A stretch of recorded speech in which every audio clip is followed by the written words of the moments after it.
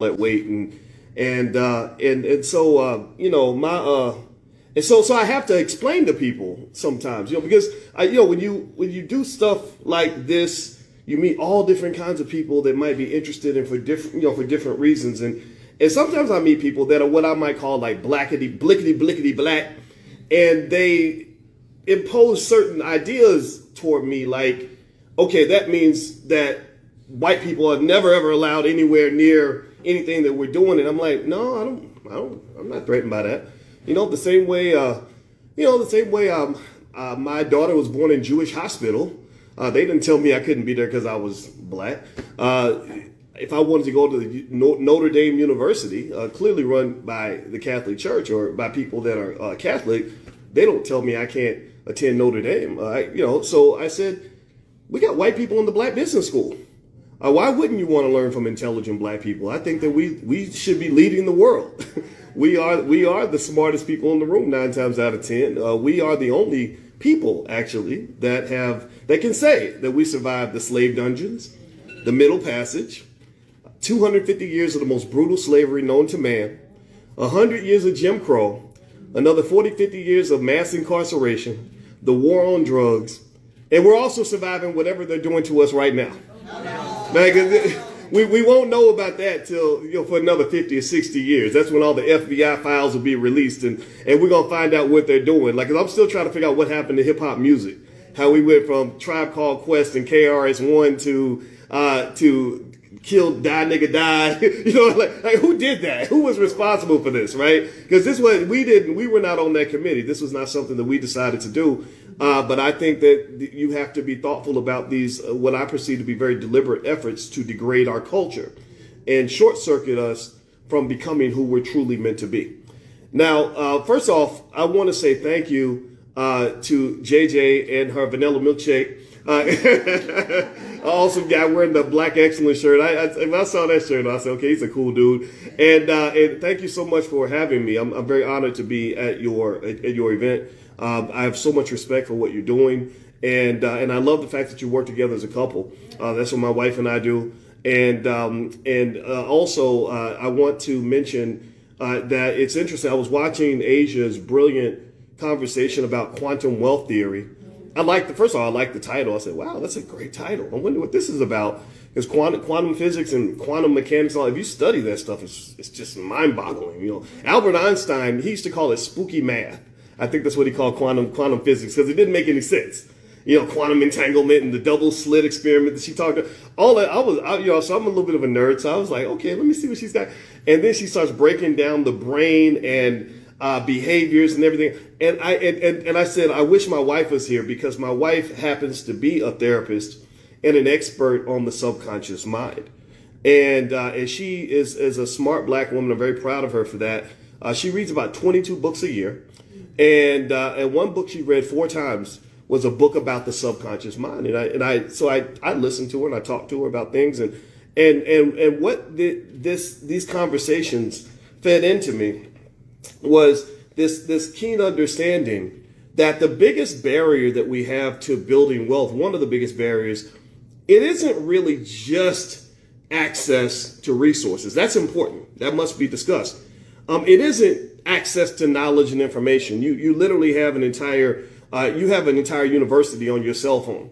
All right, so it's access to information. You can't say, well, I couldn't get the knowledge, or they kept it from me. No, maybe we could say that 50 years ago. You can't say it now. If you got an iPhone, you can learn anything you want to learn.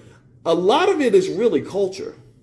A lot of it is culture and habits and the subconscious mind and how we're programmed as children and into adulthood and all these other things. And I said, my gosh, this is really what's going on. America is a beautiful, amazing, extraordinary country in certain areas. There are things that we do better than anybody on earth. And in fact, we are very, very good at industrialization, and that's helped us win wars. Right. And by the way, shout out to every veteran in here. Veterans make sacrifices that you mentioned that nobody talks about. Nobody shows respect to that. And I'm going to go on a little tangent. I'm going to circle back, but I got to go on this tangent here because my grandfather served in World War II And once he was hit in the head with a cannon on a Navy ship, and they thought he was dead. And so they put him in the morgue and zipped his body up. And he literally wakes up and starts pushing, saying, "Let me out." And he gets let out. And he goes on and marries my grandmother, stays married to her for 70 years and took care of her until the day she died. And then my father went to Vietnam, and he can't talk about it to this day. He talks about being pushed out of the airplane when he didn't want to jump out. They pushed him out of the plane. He talks about sleeping in the ditch and hearing the mortar fire and the bombs going off that night. And what was interesting is that on one hand, the unhealthy coping mechanisms occurred, things like heroin addiction, which affected so many of our men and women that went over to Vietnam. But also what was interesting was there was this really tough, dogged determinism that he developed as well, where he said, when I was in that ditch, I decided I'm going to do whatever I got to do to get home. I'm going to survive this no matter what it takes. So he comes home and and I said, well, how did you get off of heroin? I said, I heard heroin's a hell of a drug. And he said, and literally, he said, I just stopped doing it. I just realized that was not the life I wanted. I didn't want to be a junkie. And I watched him throughout his entire life have that same attitude when it came to accomplishing the goal, right? Figuring out what the mission was. Okay, my family needs me to find a way to make money. I'm going to figure that out. Right. And to some extent, and I think we discount that, right? We discount just our personal power when we're committed to doing something. We discount the importance of understanding at some point you got to put your excuses to the side and figure out what the assignment is. And this creates a real interesting contradiction or challenge I have, because I have part of my audience. I attract a lot of military folks, a lot of veterans follow me. And I remember I asked a soldier, I said, I respect soldiers. I respect veterans immensely. But why do so many veterans follow me? And what he said, because you give an assignment, you tell us what the mission is, and that's what we understand, and I said, okay, that's it. Yeah. You have a problem, you solve it. Right. But then I've got people that I have to challenge a little bit, who unfortunately were hit by this other culture of almost like a really heavy victim mentality. Not to the point that we haven't gone through things. We know what we've gone through, and we can lay that out on a list, and we should acknowledge all of that. But it's like, that's not supposed to be a crutch, right? We can't let that be a crutch.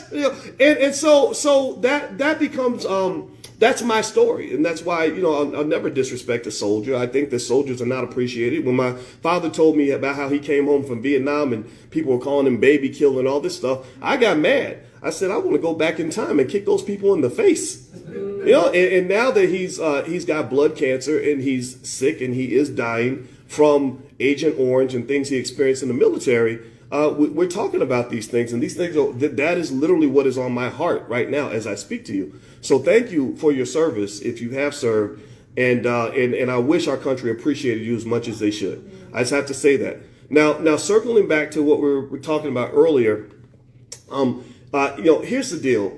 When you're talking about wealth and economics, you cannot understate the importance of culture.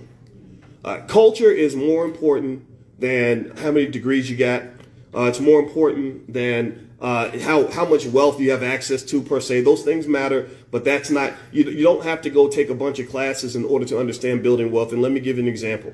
My wife and I went to China, and we were in China for about 3 weeks, and we traveled to different regions of China. And I'm going to tell you one thing that was really interesting. I don't want to stereotype here, but man, they know how to sell a product.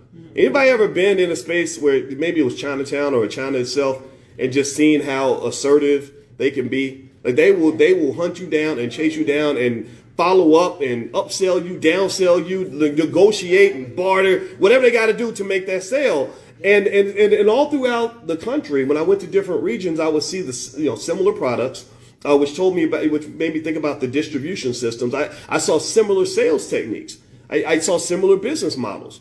And I bet you that a very small percentage of all these thousands of entrepreneurs I ran into, a very small percentage of them went to college and studied business.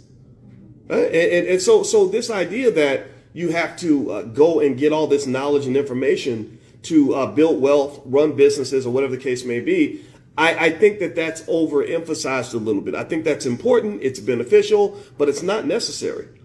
Culture is everything. So if we talk about culture, and let's talk about that a little bit. I was speaking last night with a great man that everybody should know about by the name of Professor James Small. And Professor Small is an expert on Black history and culture. He talks a lot about Africa and all the things we should know about Africa. And he tells those stories that you'll never learn in school.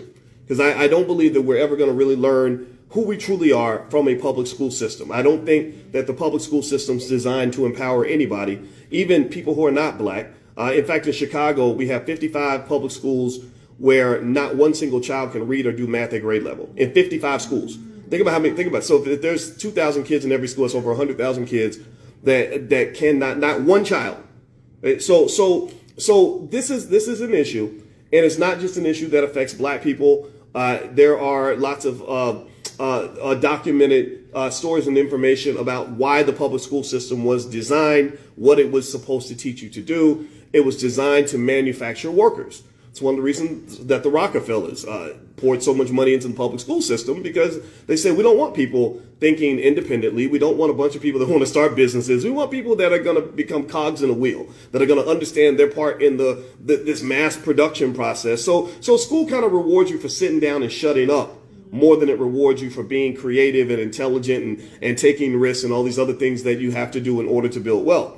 Well, Professor Small was talking about Juneteenth, and we're running up on the Juneteenth holiday, and also my birthday's in a couple of days. It's going to be the 27th anniversary of my 25th birthday. So that's and it's funny. I was born actually on Father's Day, and unfortunately my father was not there to receive me as a gift. I think I'm a pretty nice guy. He should have been there. It was a nice party. But anyway, so one thing he said about Juneteenth that was interesting was he said that we live under this myth that Juneteenth was this day where the soldiers came down and told the slaves in Galveston that they'd been freed and that they could all go and everybody's good, just going out, head on out the door, life is better now. He said, actually, this is according to Professor Small. I just learned this last night, so I still have to go verify everything, but he's a smart guy. He knows a lot of stuff. He said, actually, that wasn't true. He said that in Juneteenth, when they came down and talked to the slaves, they said, you're not free. But you have a different situation. You are still going to work for the same master. You are required to still stay on the plantation and work for the master. The difference is that he has to compensate you. So you won't be slaves anymore. You'll be employees. Or better yet, you might say they went from being unpaid slaves to being paid slaves. And the amount you will be paid will be determined by the master. So your boss, your master, is going to get to decide how much he wants to pay you. If he wants to pay you a penny a day, then that's what your pay is going to be. And then they created things like vagrant laws, where if you weren't working for your master, if you did not have a job and you were Black, you were going to be incarcerated. And when you get incarcerated, they're going to lease you back to the plantation owners so you can work for them. What does that sound like? Anybody know about a system does that sound familiar to y'all at all? Is there any system where we incarcerate people and then sell them to corporations for small amounts of money? I don't know. I can't remember. It starts with a P. I can't. Not OPP. And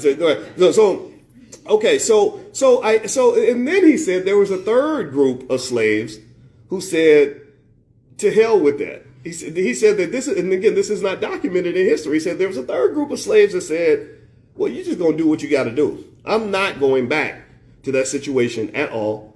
We out of here. So if you got to shoot us, you got to catch us, try to kill us, whatever, catch me if you can, but we out of here. And these were the individuals that went and set up a lot of the very prosperous Black towns all across the United States, like the Black Wall Street. Remember, Tulsa Black Wall Street was just one of hundreds of towns that were set up and one of hundreds that were burned down and destroyed.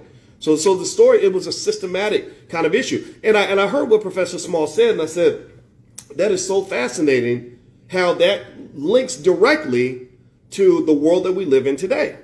I said, because if you think about it, we kind of have at least three broad categories of people in our community.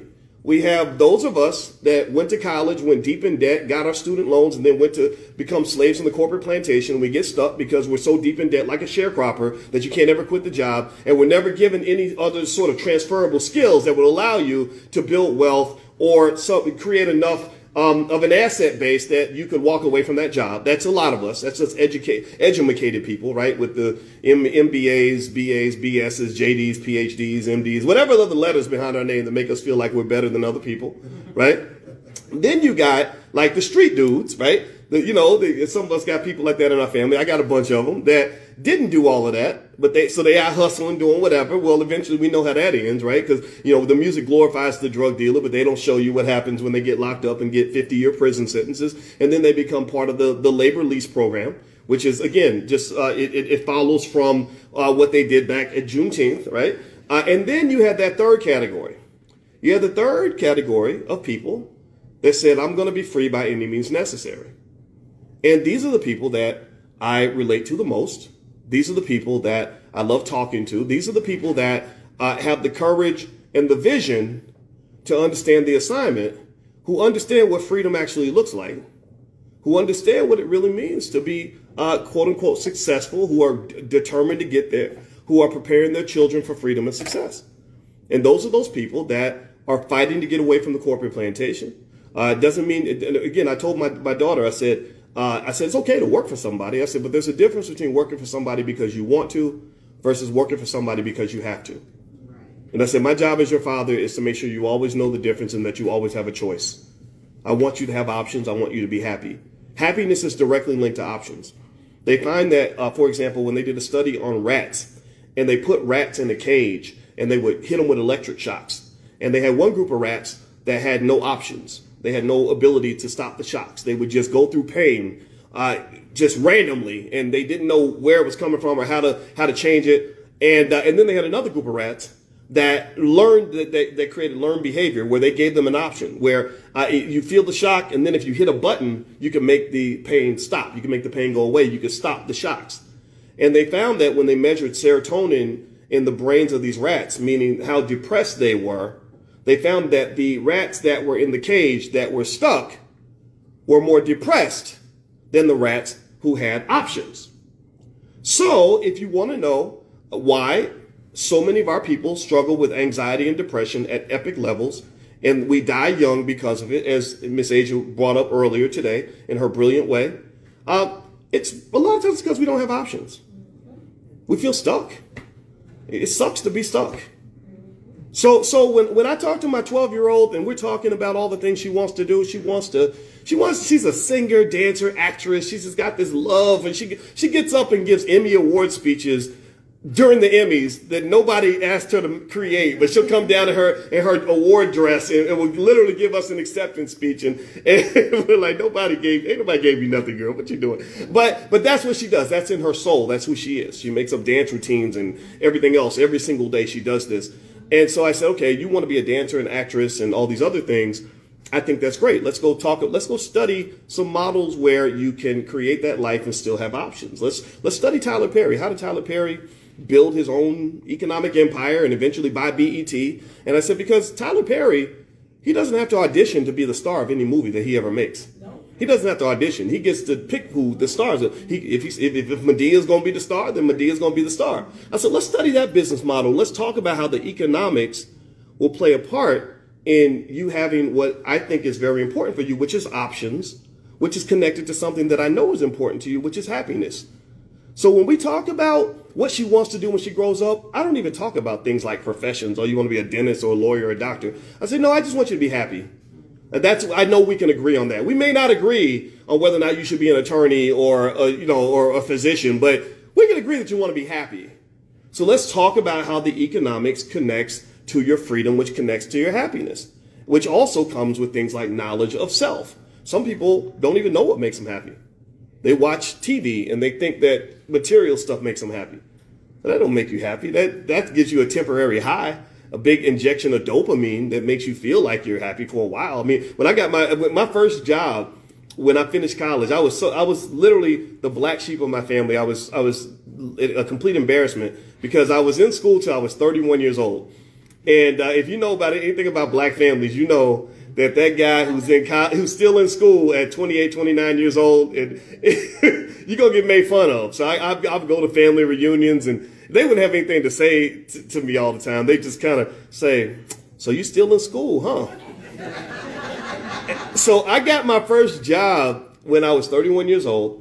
And as JJ mentioned, she was accurate. I was the only black person on the planet, male or female, to get a PhD in finance that year. It was really, really hard to do. Most difficult thing I ever did in my life, right? And I love it though, because it was difficult, and there was some trauma, there was some abuse. That me and my wife, we bond around the trauma we experienced going through our PhD program. It's the most petty, crazy, ridiculous space ever. But there's the bright side of that these tough experiences make you a tough person. Right. So ultimately, through my therapy journey, which I think JJ was so on point about therapy does wonders for you. I love my therapist. I was supposed to talk to her today, but I'm here, so I can't talk to her. But I've learned how you can actually take these tough experiences and sort of dispose of some of the negative pieces and really use the positives to make you strong. Because if you think about it, every superhero in any Marvel movie, he always has a terrible origin story, he or she. There's always like something horrible they had to go through to gain their superpower. And so when I look at my father, who has a horrible origin story, being pushed out of the airplane in Vietnam, the heroin addiction, getting shot at, he's had to kill people in his life several times. I also see the superhero. I see the man who can't be stopped. When my father decides something's going to happen, it would usually happen. When it came time to provide and protect his family, I didn't see some sniveling man at the dinner table complaining about how the white man won't let him take care of his kids. I saw none of that. I saw a man who showed up in the way he needed to show up for the people that needed him to show up in an appropriate way. I saw that, and I modeled that, and I love that. Right? So I went through my little version of it. I didn't go through anything like what he went through, but I did go through my own version of sort of this academic mistreatment and everything else. So I got out, and I got my first job, and I was making a lot of money relative to what I was making before. I went from making about $12,000 a year as a grad student to making $115,000 a year as a faculty member. So the amount of money I made in a year became the amount of money I made in a month. So when I got that first paycheck, you couldn't tell me nothing. I thought I won the lottery. I wanted to do cartwheels down the hallway. You talk about money literally making you happy. It did. That day, money was my happiness. And I felt that way for about 6 months until the dopamine kind of wore off. And then at that point, you get what I would almost call almost like an addiction, where you're used to the money now. Now you need the money, but getting the check, you just check to make sure it's the right amount, and you put it in your account. You don't think about it anymore. And then you got the rest of your life to deal with. So the thing about material things making people happy is interesting to me, because I think we're falsely led to believe that that's what matters. But what we don't understand is that eventually all that sort of jubilation levels off. And then you find yourself dealing with the realities of life. And you start wondering things like, why do children of billionaires commit suicide? Or why, when Deion Sanders was the best player in the NFL, was making more money than anybody else, had all the cars, was going to all the parties, owned a couple of mansions, had access to all the ladies, and yet he was so suicidal that he was going to drive himself off a bridge? How's that happen? Well, it's because happiness is much deeper than just the amount of resources you have in your bank account. See, a lot of times, many of us, because we grew up without access to the things we want. I mean, I can tell all these stories about the projects. My mother was 17 when she gave birth to me. I asked my mother, I said, who was in the hospital with you when I was born? And she said, me and the nurse. That was it. I said, nobody else was there? And I knew my father was out running the streets doing whatever. He eventually went to prison for drugs. I didn't know him that well. I don't even know him well enough to dislike him. I don't even dislike him. And the man, I just never knew him. But nobody else was there. So I visualized this scared 16-year-old girl being pregnant. She gave birth to me when she was 17. And I visualized, first of all, I said, well, thank you for letting me live, because I'm sure it would have been easier to just terminate, right? That's, no judgment, but that's what society says. If you're poor, then your child shouldn't be born. Obviously, I have to disagree with that. As one of the kids that got a chance to be born. And also, I remember that we did live in the projects. So there's really no poverty story a person could tell me that I couldn't relate to on some level. I remember seeing roaches in the house, and it wasn't a big deal to have roaches. And like roaches, you just flick them off your sandwich and keep on eating. You're not gonna throw away a good sandwich just because a roach took a little bite. And again, some of y'all may think that's gross. That means y'all ain't never been through nothing. No, I'm playing. You ain't never really been hungry if you don't know what I'm talking about. But seriously, so what happens is that when we grow up in those conditions and we grow up struggling and without the things we want, we just tend to sort of fixate our mind on this idea, this false idea that if I get the right job with the right house and the right car and the right amount of money, that life is just going to be good. And that's just not true. You know, what I compare it to is imagine how you feel when you really have to go to the bathroom. Right? Imagine if I'm an okay speaker, I do my thing, but imagine if I was giving the best speech ever. Like, let's say I was a great speaker like Malcolm X or something. I'm giving the most riveting speech on earth and giving you the knowledge that's going to change your life. But at the same time, you really, really gotta pee. Like you're just going to explode if you don't get to a bathroom. Are you really going to be able to pay attention in that speech? I mean, remember, it's the best speech ever. I'm telling you how to make $1 billion and be a black and powerful. You don't, but you got to pee, right? So at that moment, nothing else matters. You got to get to a bathroom, right? So you just say, gosh, I want to see the speech, but I got to record it for me. And then you hobble into the bathroom and then finally get to the bathroom. You finally get in there and you're like, oh, thank you, Jesus. Oh, God. Ooh, right? You're happy to finally let it out, right? Okay, so let me ask you. So after you're done and you go wash your hands and everything, hopefully everybody washes their hands. If you don't, you're nasty. What do you do after that? Do you just hang out in the bathroom in case you got to pee again? You maybe spend the day in the bathroom for a while, just because peeing was so enjoyable before. Why not just do it all day? Right? No, what do? You walk out of the bathroom and then you get back to doing things that are more important. Right? And it's not that going to the bathroom wasn't important. It was important based on where you were in your life. You needed a bathroom, so bathrooms were really important. Now you don't need a bathroom anymore, so now other things are more important than that. And so life is kind of the same way. They have something they call Maslow's hierarchy of needs. If you don't know about it, you should look it up. And they talk about that. They talk about how your level, where you are vibrationally, where you are in terms of what level of life you're on, that determines what really matters to you. Right. So, for example, when I talk to my daughters, our daughters, I get to be the bonus dad of a son. He's 6'8". So if I told you he was my biological child, you would not believe me. But I love being his bonus dad. He's very smart. And two beautiful daughters. Their mother's gorgeous and their father is a great guy. And we partner together to really make sure these kids are protected and loved. And so with these pretty girls, the best thing I can tell them is not just things about happiness and how money fits into that. But I also say, one of the goals that me, your mother, and your father are going to have for you is to make sure that your financial needs are met well enough. Again, not just because we're giving you things, but because you also understand how to make money, how to preserve money. We want your financial needs to be met well enough so you don't end up in a situation where you got to date a creepy, terrible man just because you can't pay the rent. And in fact, when we were talking earlier about narcissistic abuse, the sister mentioned financial abuse as one method of control that people have over others. And I've seen this a lot. In 2006, I wrote a book called Financial Lovemaking, and I interviewed lots of people, and I was really fascinated by how many people make relationship choices based on economic need. So what I say to them is I want to help you operate at a vibrational frequency high enough where you're not picking a man that's just going to fulfill a financial void. It's okay to be attracted to men who are successful and wealthy and all that. I believe that some of that's biologically wired. Just like men like women that look a certain way or whatever it is that men like, women have things that they tend to be attracted to. So I think that's okay. Maybe the wealth is a symbol of something innate about that man that's appealing to you. And that's perfectly fine. But I don't want you to feel that you have to go and pick a partner just because daddy didn't help you. Daddy didn't teach you how to pay the bills. Mama, nobody's there for you.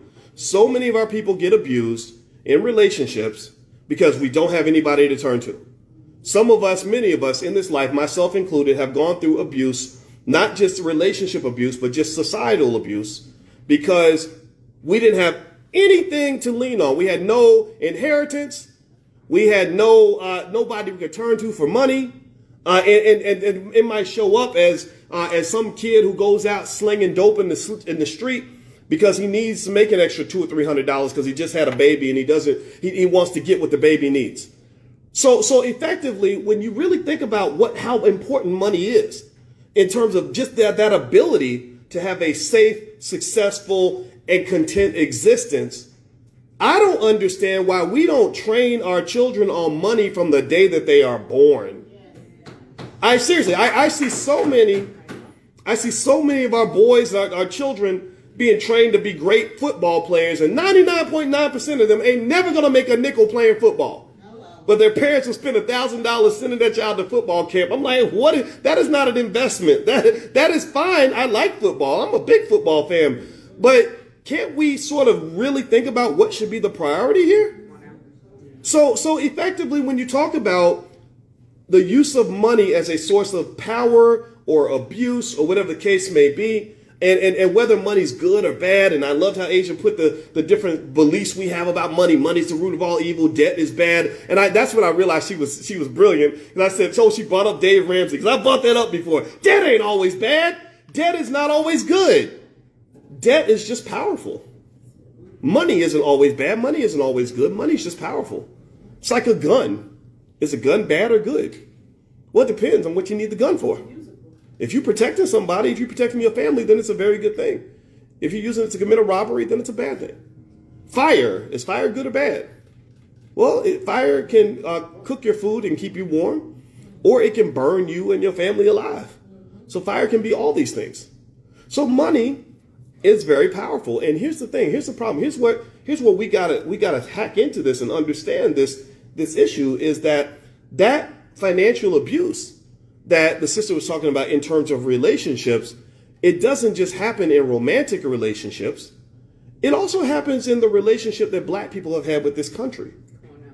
See, when we talk about things like this is where I scare or confuse people, because I'll talk about integration and I'll sit here and I'll say, gosh, I don't mind the fact that my neighbors are white, and I don't mind the fact that I can go to shop in any store I want to. I've never had any issue with white people, unless you're trying to bully me or control me. When my daughter married a guy from Denmark, he's a really nice guy. I said, well, does he treat you well? Do you love him? Yeah, okay, fine. So I never had that issue with anybody who wasn't black. But what I do think about is I ask ourselves, I say, what did integration actually really do for us that I can really point to in terms of saying, okay, we are clearly better off after integration, right? Okay, let me see. Do we have more wealth than we had before integration? No. Okay. Because we own more land. We owned 100 times more land in 100 years ago than we do, or 20 times more land, or 50 times. It's some number. I got to look it up. But we own a lot more land before integration than we do now. Do we have more businesses now than we did before integration? No, we don't. We traded our businesses in for student loans and corporate jobs. That's what we did. In fact, we used to own a sports league. We had something called the Negro Leagues. We had the Golden Glory Sweepstakes, which is basically a black NASCAR. We had a lot of stuff. Your ancestors weren't just sitting around waiting for people to save them. They were actually building things and creating things out of necessity. Okay. Are families stronger now than they were before integration? Do we have stronger families, or have we kind of fallen off the rail a little bit? No. 76% of all black kids don't even have a daddy in the house. And we don't even think daddies even are important anymore. We think fathers are just this stupid little accessory that you tack on for convenience. When we would never assume that it's okay for 76% of our children to not have a mother in the house. But why do we think it's so normal for 76% of our kids to not have a father in the house? Maybe we need to process that a little bit. So you can go down the list. Educationally, were we better educated before integration or after? I don't know. Well, we got 55 public schools in Chicago that receive probably billions of dollars in funding that don't have one single child that can read or write or do math at grade level. Nope. So when I think about integration, here's what I see. Here's what I visualize. And JJ, let me know when my time is low, because I don't want to over talk.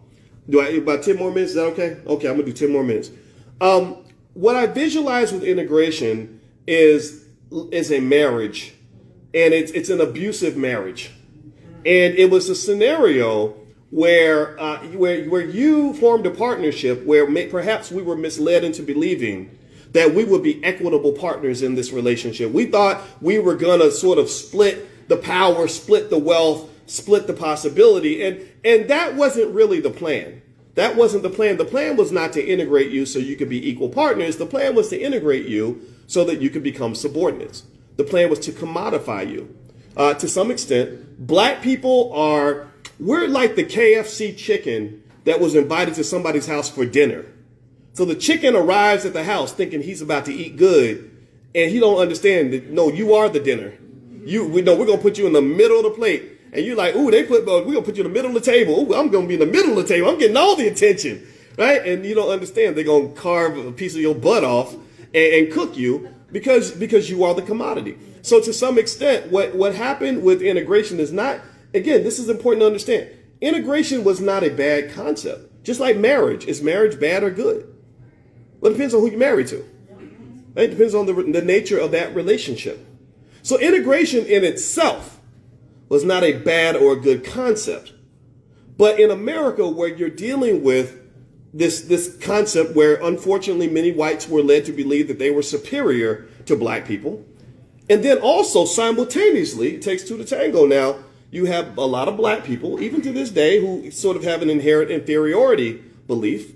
We believe that we're supposed to serve somebody else, right? So it's a perfect combination, like the pimp and the hoe, right?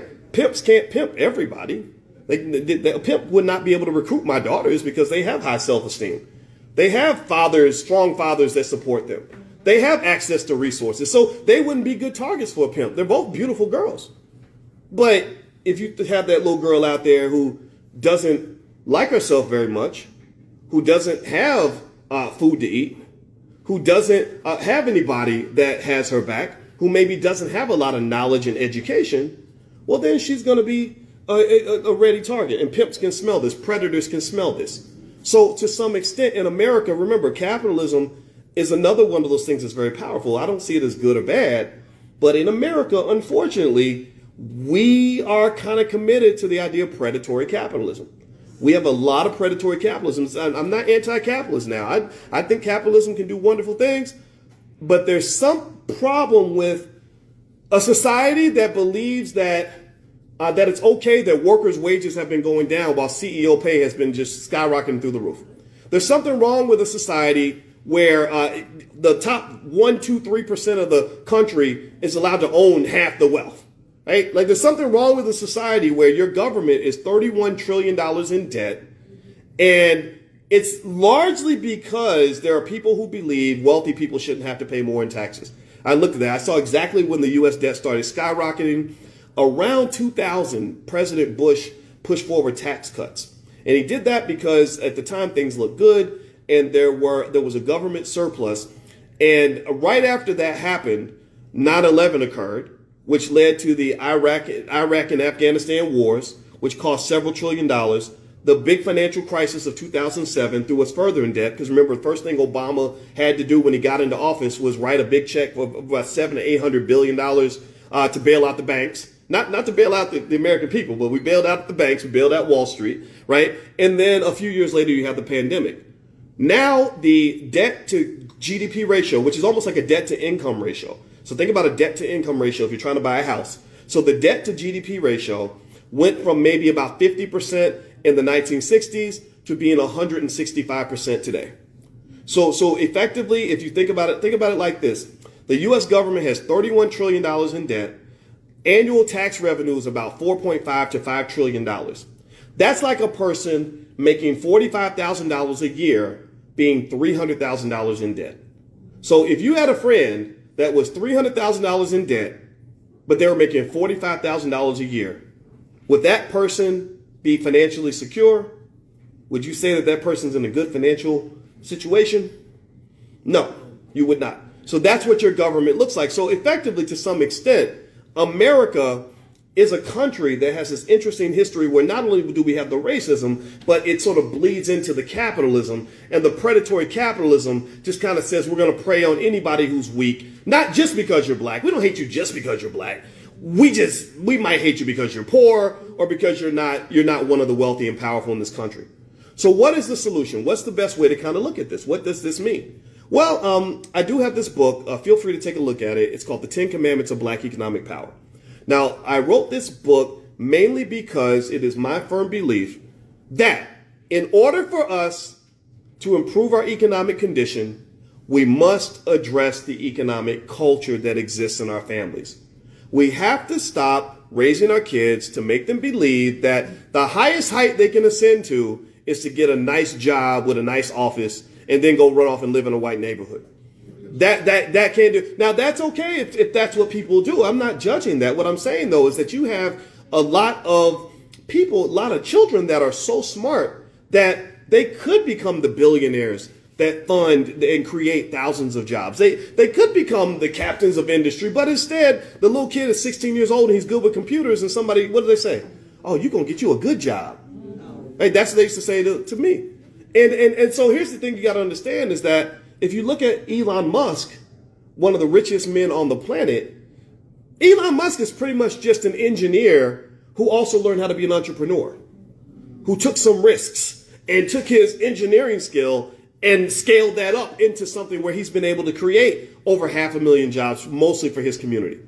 If you look at the history of Jeff Bezos, another man who's worth over $100 billion, who created Amazon, if you look at his history, I've studied these guys because I like to reverse engineer. If you're doing something that's working, I'm gonna study that. Well, Jeff Bezos was just a techie kid, like a lot of our kids in our community, who then decided to take a chance to become an entrepreneur. He walked away from a very good, high-paying job. People told him he was stupid for doing this.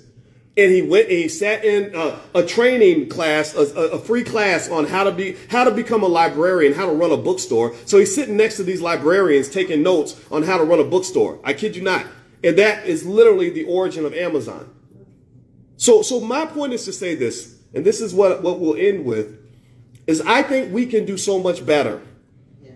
I believe deeply in the idea that we are just sitting on the secret sauce, that we got the juice. We are everything that we need. We are the $1 trillion commodity that we've been looking for. I believe the gold is buried right in your backyard, and you ain't got to go down the street, around the block. You ain't got to sell your kids into corporate slavery. You ain't got to go to places where you're not wanted to find opportunity. I believe that you have the ability to manifest realities that are so extraordinary that even you don't understand how amazing they're going to be.